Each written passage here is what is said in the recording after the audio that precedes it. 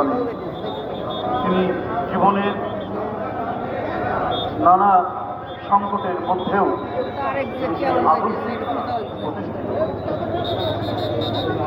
এদেশের স্বাধীনতা যুদ্ধের মহান ঘোষক, ৭১-এর রণাঙ্গনের বীর মুক্তিযোদ্ধা সেক্টর কমান্ডার জিয়াউর রহমান বীরুত্তম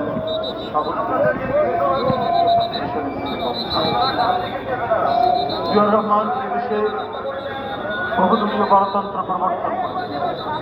সংবাদপত্রের স্বাধীনতা, মত প্রকাশের স্বাধীনতা, কথা বলার স্বাধীনতা, সমাবেশ করার স্বাধীনতা, নির্বিঘ্নে দেশের সীমানার মধ্যে যে কোনো জায়গায় চলাচল করার স্বাধীনতা নিশ্চিত করেছেন।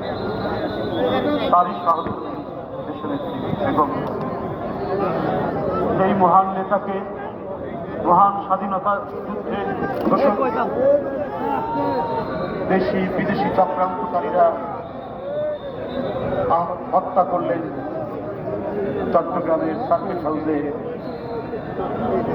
সেই সময় থেকেই, তারপর থেকেই তার সহযোগী দেশনেত্রী খালেদা জিয়া গণতন্ত্রকে সমুন্নত রাখা এবং হারানো গণতন্ত্রকে পুনরুদ্ধার করার প্রশ্নে কখনোই কুণ্ঠিত হন।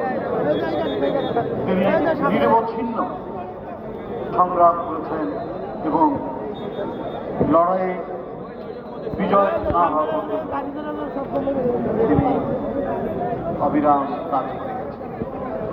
এরপর থেকে তিনি জাতির নেতৃত্ব সরকারে থেকেছেন 2 বার।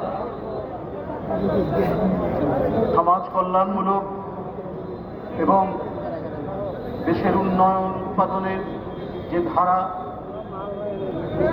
সৃষ্টি হয়েছিল শহীদ রাষ্ট্রপতি জিয়াউর রহমানের সময় থেকে, সেই ধারাকে তিনি ঊর্ধ্বে তুলে ধরেছিলেন। কি শিক্ষার ক্ষেত্রে, কি কৃষির ক্ষেত্রে, কি শিল্পের ক্ষেত্রে, কি বৈদেশিক নীতিতে, প্রত্যেকটি জায়গায় শহীদ জিয়ার যে অবদানের যে পথরেখা, সেই পথরেখা ধরেই এগিয়েছিলেন দেশনেত্রী বেগম খালেদা। পররাষ্ট্রনীতির ক্ষেত্রে সার, কৃষি উৎপাদনের ক্ষেত্রে প্রায় ১৬০০ কিলোমিটার খাল খনন,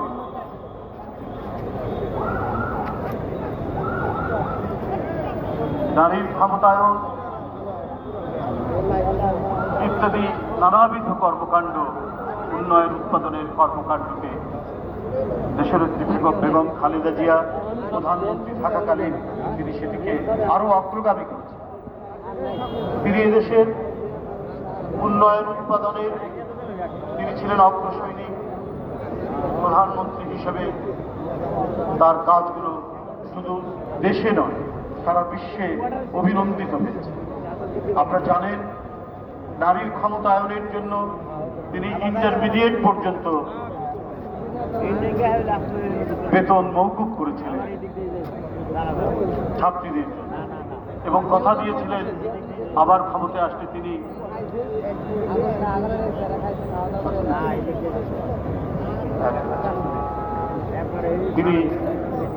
ডিগ্রি পর্যন্ত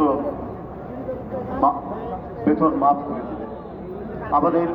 আমাদের সেই বিশাল বটবৃক্ষ, আমাদের সেই বিস্তৃত মেঘের ছায়া, সুখে দুঃখে তিনি সবসময় জনগণের সাথে থেকেছেন।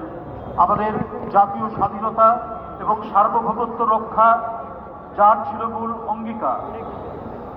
গণতন্ত্র ছিল তার হৃদয়ের একটি অনুরণন। এই নিয়েই তার রাজনৈতিক জীবন কেটেছে। আজকে সারা জাতি কাঁদছে, আজকে অশ্রু সজল নয়নে সারা দেশবাসী তার প্রিয় নেত্রীর জন্য আল্লাহর কাছে দোয়া করছে। নিশ্চয়ই মানুষের পক্ষে, জনগণের পক্ষে, জাতির জন্য যিনি কাজ করেছেন, আল্লাহ তার বেহেশত নসিব করবেন।